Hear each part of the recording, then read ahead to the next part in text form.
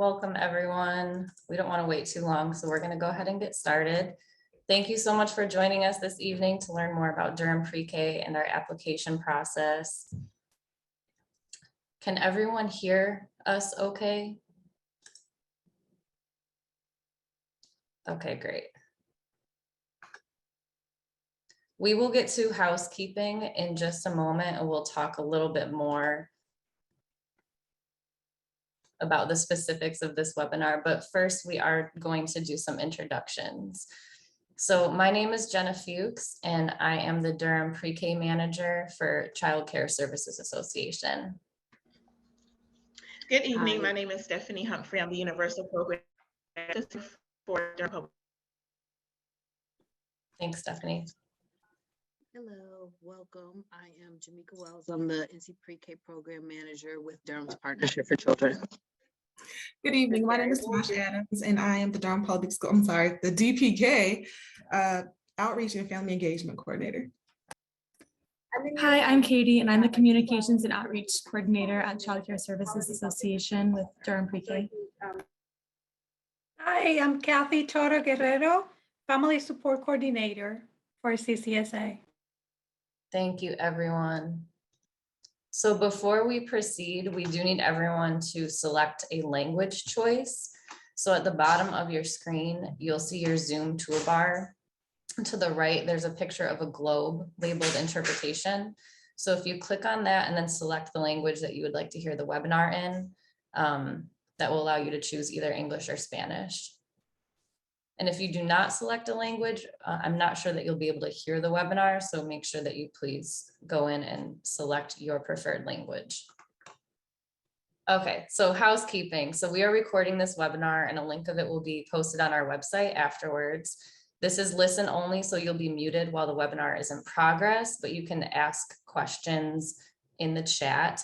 And at the end of the webinar, we'll have a Q&A session and you'll have a chance to ask questions at that time as well. And also a brief survey will be sent to you about this webinar early next week. So we'll go over the agenda briefly. We already did our introductions. We're going to be talking about the Durham Pre-K application, what to expect after submitting your application, the site preferences and how to select those, notification of placement, what to expect after accepting your spot, and how to ensure a smooth transition to pre-K. And then again, at the end, we will have time for a Q&A session. The Durham Pre-K application. So Durham Pre-K is Durham's local investment in high quality early childhood experiences, and it enhances existing pre-K seats while also expanding access to all 4-year-olds in Durham County. So to be eligible, all children must turn 4 on or before August 31st, 2022, and be a resident of Durham County. The Durham Pre-K application allows families to complete one application to be considered for all publicly funded seats in Durham County. So that includes seats in Durham Public Schools, Durham Head Start classrooms, and community-based licensed programs. Our application is available online at our website, and the link is right there. We do encourage everyone to apply by May 13th if you want to be considered for all available spaces. So you must apply by May 13th to be considered for Durham Public Schools because they do have a screening process that they need to complete. All of the other pre-K seats have no deadline to apply, and we can accept those on a rolling basis. So a quick overview of required documents for your application.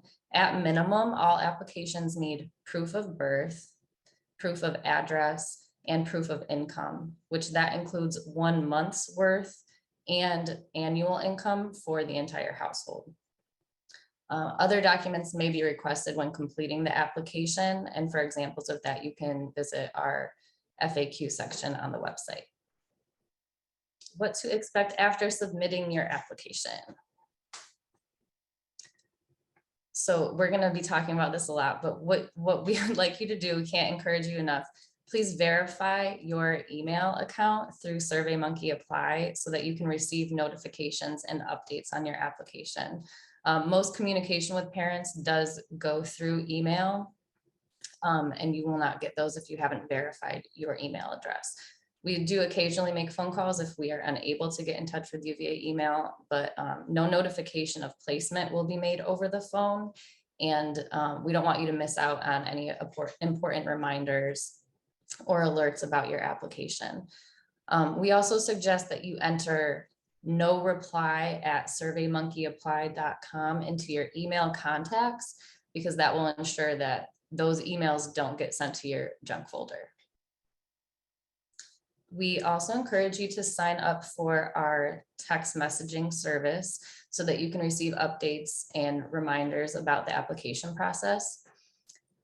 These messages will alert you when placement has begun and what is happening with the application process in general.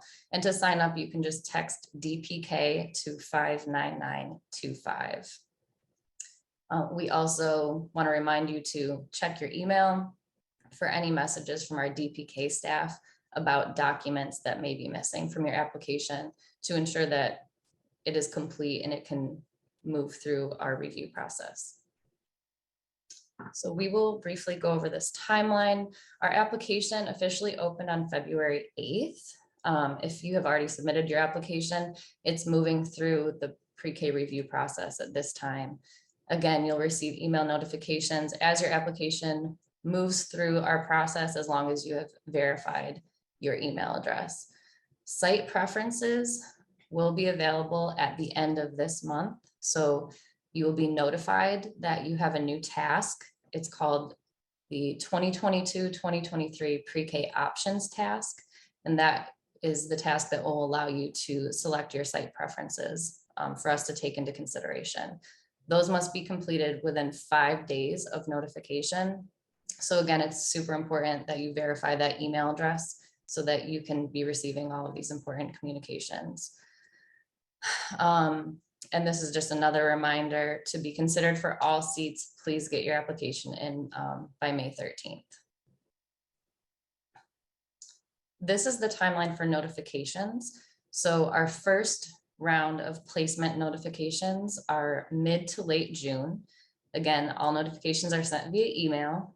If you don't receive a placement, your application remains on the wait list. Our second round of placement notifications are mid to late July. Once again, if you don't receive a placement, your application remains on the wait list. Rolling notifications will continue until all of our seats are filled. And one more time, if you don't receive a placement, your application will remain on the wait list. Site preferences. So at the end of this month, you will be able to indicate your site preferences in our system. We are currently in the process of selecting pre-K sites for next school year. So the list of sites will be released after April 19th, and those will be available on the site locations page of our Durham PreK website. We'll also have information on which sites offer hours outside of the 6.5-hour school day, and the offering of before or after care will be listed. So how to indicate your site preferences. You will receive an email that you have a new task to complete for your application. So at that time, you'll need to log into your SurveyMonkey account. So make sure you save that password. And again, the name of the task is the 2022-2023 pre-K options task. And that's what will allow you to indicate your preference of site. So each family will have an individualized list of sites that they're eligible for that you can select your preferences from. So your list might look different from someone else's list. It's all based on the individual family and your eligibility. We also wanted to mention that site tours are available at each pre-K site, either virtually or in person. So you can check out our website for any sites that have virtual tours posted there, and you can also contact sites directly to try and set up an in-person tour if you're interested. So we're going to do a quick walkthrough of exactly how to indicate those site preferences in the system. We're going to show you some screenshots. So again, you'll be emailed that you have a new task to complete in your application.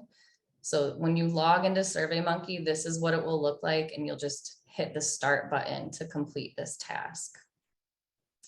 So once you hit the start button, you'll see this. Please note, you will be able to name your top 3 choices or preferences from the drop-down menu that populates. These are taken into consideration, but they are not guaranteed. So this is just showing you an example of what a list may look like. Again, your drop-down menu will be individualized to your specific family based on your eligibility. And you'll be able to rank your top 3 choices.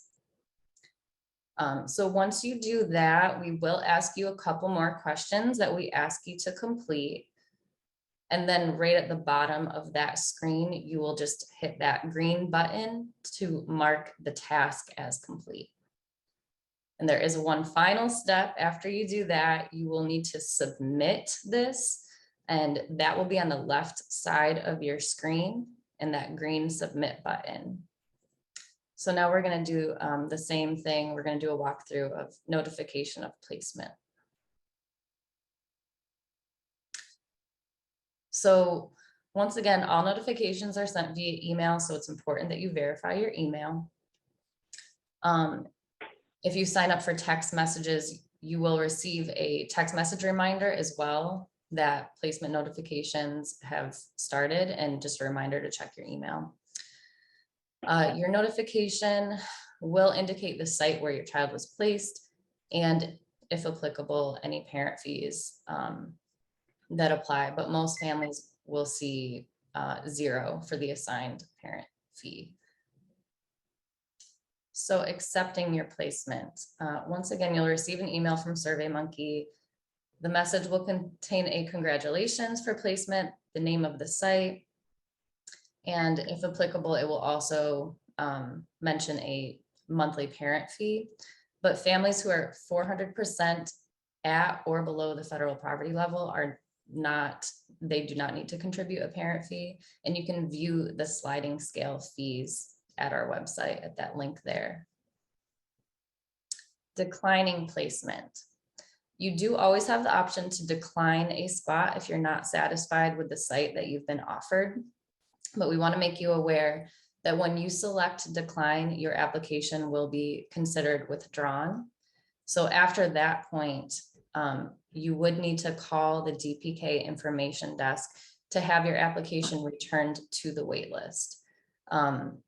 We can't guarantee that a child will receive another placement if you choose to decline, but that is an option.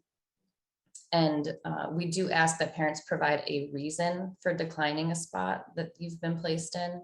And there is a drop-down menu, or there's a list that you can choose from, and you can also write in an option as well. So an alternative to declining a placement, if you're not satisfied, is waitlisting your placement. So you have the option to remain on the wait list if you're not satisfied with your placement. And this is if you've accepted, even if you've, well, no, I'm getting ahead of myself. So when you select waitlist, the application will be considered for alternative sites. Again, we can't guarantee your preference. Placement will still be based on eligibility and availability at that site if you choose to remain on the wait list.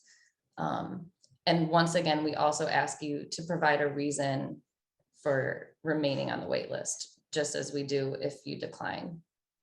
Placement. So this is what the task looks like in the application. It will be a placement form, and you will just select that placement form to fill out your decision.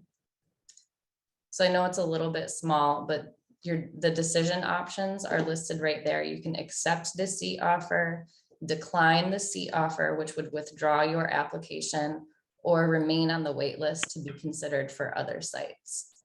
Once again, just as in the other task, you will, after you have completed your placement form, you will need to submit it, and it's that green submit button on the left side of your screen. What to expect after accepting your spot. For a private childcare site, a representative of that site will contact families either via phone or email with any site-specific information, and you should expect to hear from them within 7 business days. For Durham Public Schools and the Whitted School, you will receive an email with instructions to enroll in Power School. Please read this email carefully because you must complete enrollment in Power School before your child's first day of school. Your child cannot attend any Durham Public School until they have completed their enrollment in Power School. And your child's teacher will then contact you closer to the first day. For Durham Head Start, families will be contacted to schedule an appointment with a family engagement specialist at Families and Communities Rising. And again, that's within 7 days of accepting a placement. And during that appointment, you will complete any additional paperwork that's required for Head Start. The transfer process. So you do have the option of transferring to a different site if you're not satisfied with the site, either after accepting placement or after your child begins attending. The transfer does depend on availability of spaces in the preferred site, so you can not transfer to a classroom that is full. And more information about the transfer process will be out in our newsletter in mid to late July. And you can sign up for those on our website. Ensuring a smooth transition to pre-K. So we have a few roll up and enroll events coming up, and the one we wanted to highlight for you is on Saturday, May 14th, from 9 a.m. to 12 p.m. You will be able to meet site directors and learn more about individual sites. Again, you can visit our pre-K sites either in person or you can view virtual tours, and this can really help kids feel more comfortable with attending on their first day. Again, those can be scheduled with site directors, or you can view some of them virtually, and those are located on our Durham PreK website. Another thing we wanted to let you know is Ready 4K it's another resource you can sign up for. So you'll receive weekly fun facts and tips on how to promote your child's development by building on existing family routines. And to sign up for those, you can text DPFC to 70138. This is information for our Durham PreK information desk. There's a phone number and an email. This will allow you to schedule a virtual application appointment. We can support in English and in Spanish. You can ask questions about the application process, get help with uploading documents, or really any support that you need. And we do have further information about all of our roll up and enroll events on our website, and we will be advertising those on our social media as well. So thank you. That is all the information that we had for you today. And Durham Public Schools is hosting their roll up and enroll on April 23rd. But again, the one that directors will be attending is on May 14th. But if you are having any difficulty with your application and want some in-person support, you can also feel free to attend that April 23rd one. And this is our time for our Q&A session. So please feel free to enter any further questions you have in the Q&A box. Oh, and I see in the chat about the poll, there will be a survey sent out early next week about this webinar.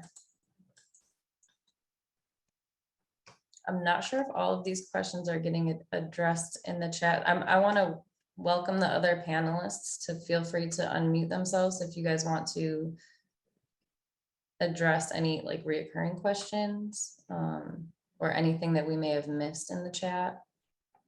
Since I was talking, I know I didn't see all of them.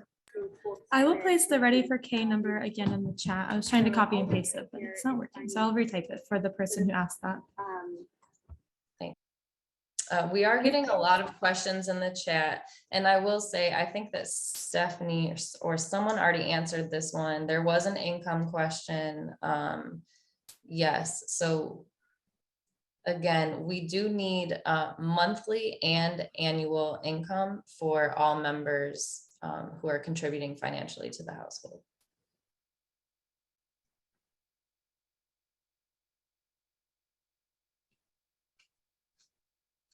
And I can answer the question about the start and end times for pre-K. So typically the hours will be from either 8:30 until 3 or 9 until 3:30. I believe the DPS sites might do 8:30 to 3:30. But all that information is on our site locations website. And so that will be updated once the school year is over. We always get updated information from each site that we partner with, and that will all be available on that, that webpage. So what is the question? Is there somewhere we can find the sliding scale? Yes. So on the enrollment page, which is under the families tab on our website, if you scroll all the way to the bottom, there is a table, and I will post that link in the chat. You'll find your household size and your income range, and then there's instructions on the page, but it's just a table at the bottom of the webpage. And then for the person who asked about if they're declined for Head Start because of income, what are the chances that you'll get accepted into Durham Pre-K program? That's a little bit tricky to answer because it depends on the number of slots that we end up officially having for next school year and how many applications we get. But one of the good things about our system is that we have the ability to offer pre-K to a range of families. So again, definitely encourage you to apply, and you will be eligible at the very least, even if there isn't a slot available right away, you do remain on the wait list. So if an opening becomes available, then we would let you know. So I hope that answered that question. For Jamika, I don't know. Oh, it looks like Tasha's answering this question, but about getting a notification if your child does not get picked. They do. They get a notification if their child is put on the wait list, or if we decline someone, but we don't actually send out declines. So it would either be you're on the wait list or you are accepted. And, it really depends on the number of children that we receive, applications that we receive, and seat availability, as you mentioned, with regard to that. And there was one person who asked for the link for the creative curriculum. I typically look on under curriculums on the Division of Child Development and Early Education website, or DCDEE, for that information. And it kind of gives an overview of the various curriculums, and the creative curriculum is ours that we have adopted in Durham. Thank you, Jamika. Someone is asking about the start end times for DPS sites, and I personally cannot speak to that. Stephanie, can you speak to that? The times for DPS classrooms, pre-K classrooms? I know that they can go on the Durham pre-K. Yeah, give me just.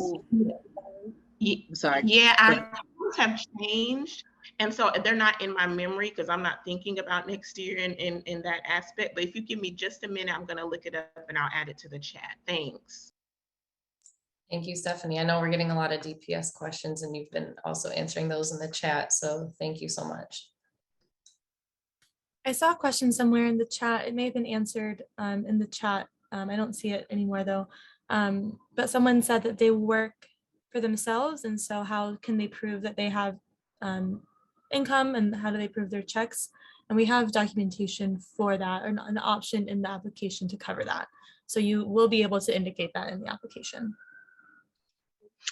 Yes, and if you pay yourself like an actual check and you have a check stub, then you would still be able to submit that information. And with regard to your taxes, you do want to make sure that you include your business profit and loss statement that is in the tax information, and that is just to ensure that we don't overestimate your household income. We want to make sure we get it right. Let's see. Stephanie, thank you for sharing that link in the chat. So elementary schools will now all have the same bell schedule of 7:45 to 2:15 is what she said. And there's a link in the chat for that. And then someone is asking about proof of address. Says that they have applied and paid for housing. If you have a signed copy of some kind of rental or lease agreement, that would be the best thing. But Kathy or Jamaica, feel free to chime in with anything else that we might be able to accept in that specific situation.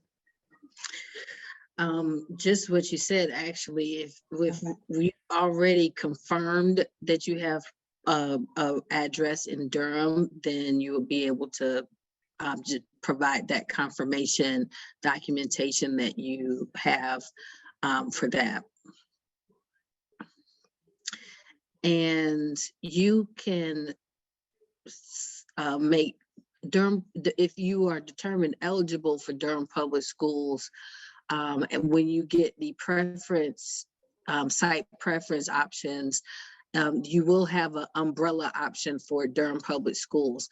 Unfortunately, you're unable to select a specific school for Durham Public Schools, but we can try to, we work with you as best that we are able to work with you within our limits. The 8:30 to 3:30 times are for Head Start and or community-based childcare sites that offer the pre-K programming. Thank you, Jamaica. I was just about to answer that one. That is correct. You are unable to list your specific DPS site because we base our eligibility is based on screening scores as well as other factors. And so we do take the screening scores, we rank children in file order, and we place accordingly. You can indicate your preference with the screeners, your school preference, but we cannot guarantee it. If your child does qualify for DPS, we will look at the home address and place your child as close to your home address as absolutely possible. So if you qualify, or if your child is made eligible, we'll try to get you at your base school. But if the spots are filled at your base school, we'll get you as close to the home address as absolutely possible. Thank you so much, Stephanie. I realized that I did not emphasize that during this when I was going over the site preference selection, and I meant to circle back. So thank you for explaining that. Yes, DPS will be on the drop-down menu if you are eligible for DPS. It will just say Durham Public Schools. It will not list out the specific sites, as Stephanie was explaining. We thank you for that question. Again, you can let the screeners know what your preference is, but we base our placements at the site closest to your home address. It just, kind of is what it is. And I'm going to say it again, we will take your preferences, but we cannot guarantee that that location will be where your child is placed, pending eligibility and other factors. If you have already completed this screening and you didn't let the ladies know, normally families know to do that, I will put an email link in the chat and you can email me your name and your child's name and I will add it to their information. So there is a question of what is the difference between DPK, DPS, and Head Start. And I think it would be a good idea if someone would answer that one live. I can also grab the info session link from the 1st in February, because that I think would be a good resource for people if they did not attend that one.